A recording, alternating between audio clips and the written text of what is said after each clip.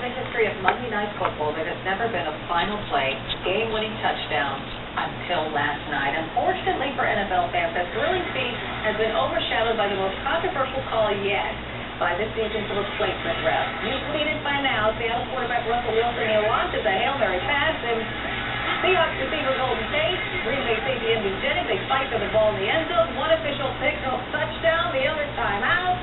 An indication he was called a touchback by interception. Replays appear to show Tate pushing off and Jennings holding the ball to his chest. But the ref ultimately awarded the touchdown and the game to the Seahawks.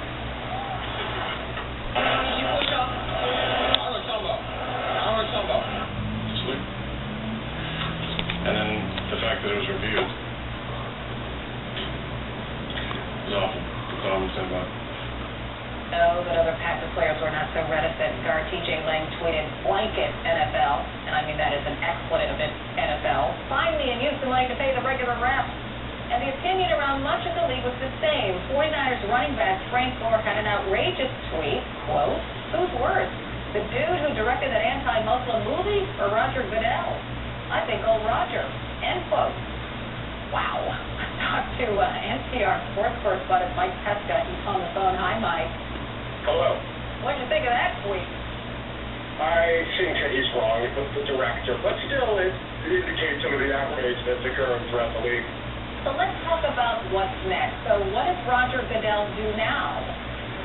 You know, last night was the moment where the NFL replacement ref situation went from farce to shame, and it's decided by the commentariat and fans and people with a vested interest in the game that it's gone too far. And that is a pretty uniform opinion, except among the 32 people who matter, which are the NFL owners, really 31 because Green Bay Packers are collectively owned, and that's an irony, the one team that was most hurt by the referee's decision.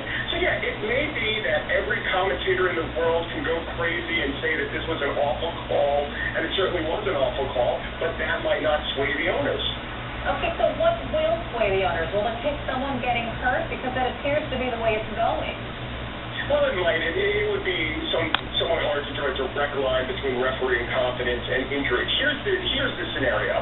I agree with, I think, the general consensus that it's a $9.5 billion game over about $3 million, maybe $6 million in a pension dispute. You're jeopardizing the whole game. However, there is a school of thought that says the owners do not want to negotiate with the referees because they want to show that they have backbone. They want to stand up to the referees for the next time they negotiate with the players, where the real money is at stake.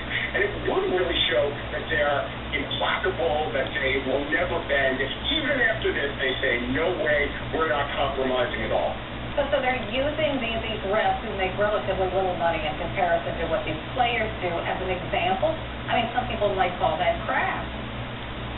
Yeah, well, you know, I don't know if they're really using it as an example. It's possibly a negotiating ploy.